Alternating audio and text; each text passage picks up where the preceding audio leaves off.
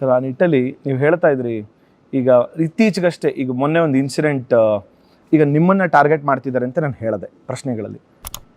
ಅದನ್ನು ಬಿಟ್ಟು ಆಫ್ಲೇಟ್ ನನ್ನ ಒಂದು ಅಬ್ಸರ್ವೇಷನಲ್ಲಿ ನಿಮ್ಮ ಫ್ಯಾನ್ಸ್ನೂ ಕೂಡ ಟಾರ್ಗೆಟ್ ಮಾಡೋಕ್ಕೆ ಶುರು ಆಗ್ಬಿಟ್ಟಿದ್ದಾರೆ. ಮುಚ್ಚುಮರೆ ಯಾಕೆ ಸರ್? ಮೊನ್ನೆ ಹಾಸ್ಪಿಟಲ್ ನಡೆದಿದ್ದ ಇನ್ಸಿಡೆಂಟ್ ಆದಮೇಲೆ ನಿಮ್ಮ ಫ್ಯಾನ್ಸ್ನೂ ಕೂಡ ಟಾರ್ಗೆಟ್ ಮಾಡ್ತಿದ್ದಾರೆ. ಸ್ವಾಮಿ, ಈ ಸಾಮ್ರಾಜ್ಯ ಕಟ್ಟಕ್ಕೆ ನಾನು 25 ವರ್ಷ ತೊಗೊಂಡಿದ್ದೀನಿ.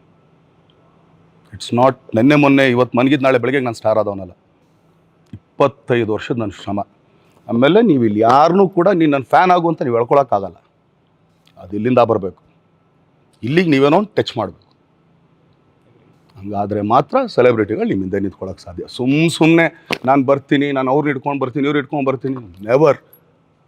ಆಮೇಲೆ ಒಂದು ಅನ್ಕೊಂಬಿಡ್ರಿ, ಇವತ್ತು ನಾನು ಹೋದ್ನಾ, ನಾಳೆ ದಿನ ನೀವು ಬೇರೆ ಯಾರನ್ನ ಕಲಾವಿದ್ರು ಆ್ಯಕ್ಚುಲಿ ಒಳ್ಳೆ ಪಾತ್ರಗಳು ಮಾಡ್ಕೊಂಡಿದ್ರೆ ಓಕೆ, ಇವ್ನು ಇಲ್ವಲ್ಲ ಅಂತ ಇನ್ನೊಂದು ಕಡೆಗೆ ಶಿಫ್ಟ್ ಆಗ್ಬೋದೇ ಹೊರತು, ಅದು ಬಿಟ್ಟರೆ ಅದೇ ಕಾರಣಕ್ಕೂ ನಾನೇನೋ ಮಾಡ್ಬಿಡ್ತೀನಿ ಇದನ್ನು ಹೇಳ್ಕೊಂಡು ಇವ್ರು ಯಾರನ್ನ ನಾವೇನೋ ದುಡ್ಡು ಕೊಟ್ಟು ಸಾಕೊಂಡಿಲ್ಲ ಸ್ವಾಮಿ, ಆಯಿತಾ? ಅದನ್ನು ಸ್ವಲ್ಪ ಇಲ್ಲಿ ಅರ್ಥ ಮಾಡಿಕೊಂಡ್ರೆ ಎಷ್ಟೋ ಜನಕ್ಕೆ ಅರ್ಥ ಆಗುತ್ತೆ.